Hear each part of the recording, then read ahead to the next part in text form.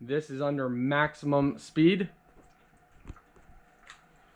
So we drop it down to, you can turn on the UV lamp or off by tapping. You can have it different settings.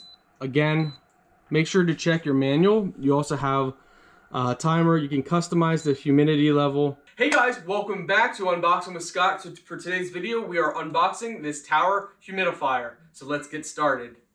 Okay guys, I decided to blow this up for you. So as you can see here, this is your top piece. So this is how it would go. So that goes on the top, just like that. Make sure you pull this off. It says, don't add water into the 360-degree nozzle. This is the second piece that's going to be down here. You can pull that out. And that slides right down in here. This is the third piece. Here's your tubing. You have different extensions and your remote. And here is the tank.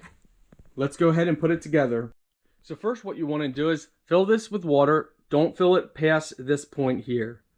So that point is pretty much about right there. We're probably going to fill it to like right here. All right, just as a demonstration, there are wheels on it, so it can freely move in 360-degree direction. In here is where you add your essential oil. It says, please add only 2 drops each time. Please press the essential oil tray before use and tear off the little tape that they have on there. So place the oil on that little filter right there, just 2 drops. Once the water is inside, you can see here you have all these different settings as well as the remote control. Pull the little plastic piece from the bottom of the remote. You guys can set this however you want. This is how it goes. The spout goes up there. This piece goes like that, and then you can dictate the control which way it goes or have it off, whatever you guys want to do. All right, so then once you have it on, you can set the volume. You have 3 different mist volumes, so basically speeds. You have a timer. Now it will take time for it to start misting, so just give it some time. But as you can see, it puts out a decent amount, and you can adjust the flow like we talked about or take it off to have a direct straight outflow. That's going to be up to you guys. Now all this is, it's just water.